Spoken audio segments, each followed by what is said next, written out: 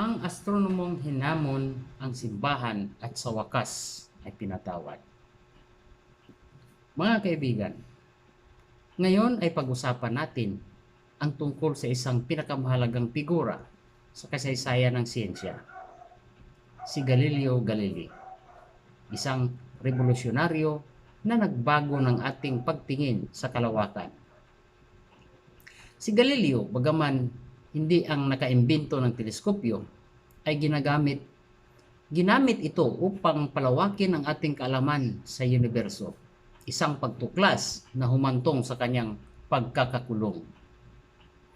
Ang teleskopyo unang naimbento sa Netherlands ni Hans Lippershey noong 1608 ay mabilis na kumalat sa buong Europa. Si Galileo, nang marinig ang tungkol sa imbensyong ito, agad na gumawa ng kanyang sariling bersyon at pinaunlad ito. Gamit ang kanyang teleskopyo, natuklasan niya ang mga crater at bundok sa buwan. Ang apat na pinakamalaking buwan ng Jupiter, ang mga phase ng Venus at ang mga spot sa araw. Ang mga ito ay naging critical sa pagpapatibay ng heliocentric theory ni Copernicus na nagsasabing ang mga planeta ay umiikot sa araw at hindi sa Earth. Ang simbahang Katoliko na may hawak sa kapangyarihan at doktrinal na otoridad sa panahong iyon ay itinuturo ang geocentric model na nagsasabing ang Earth ang sentro ng universo. Ang pagtanggi ni Galileo sa geocentric model ay ang kanyang pagtatanggol sa heliocentric theory ay itinuring na erehiya. Noong 1616, pinaalalahanan si Galileo ng simbahan na huwag itaguyod ang heliocentrism.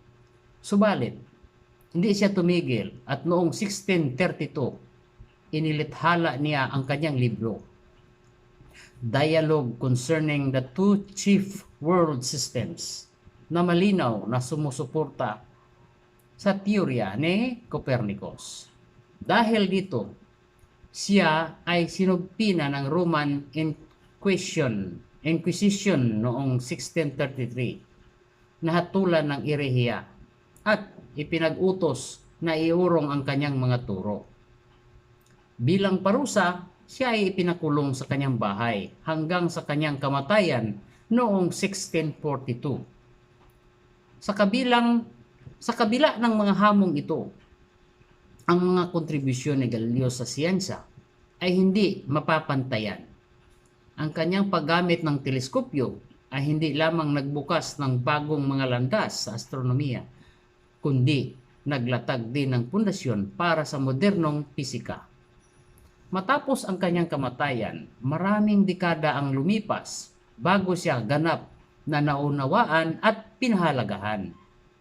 Kakaiba at makasaysayang araw noong 1992 ng opisyal na pinawalang sala si Galileo ng simbahang Katoliko. Mahigit 350 na taon pagkatapos ng kanyang paglilitis, ang pagpapatawad na ito ay kasunod sa paglunsad ng Hubble Space Telescope noong 1990 na nagpapatunay na marami sa kanyang mga teorya, kabilang ang mga paggalaw ng mga planeta sa palibot ng araw. Ang pagkakilalang ito ay simbolo ng isang mahabang paglalakbay mula sa pagkakamali patungo sa pagtanggap ng katotohanan. Maraming salamat sa panonood at sana ay natuto kayo ng marami tungkol kay Galileo Galilei at sa kanyang buhay na puno ng pagtuklas at kontrobersya. Hanggang sa muli, mga kaibigan. Maraming salamat po.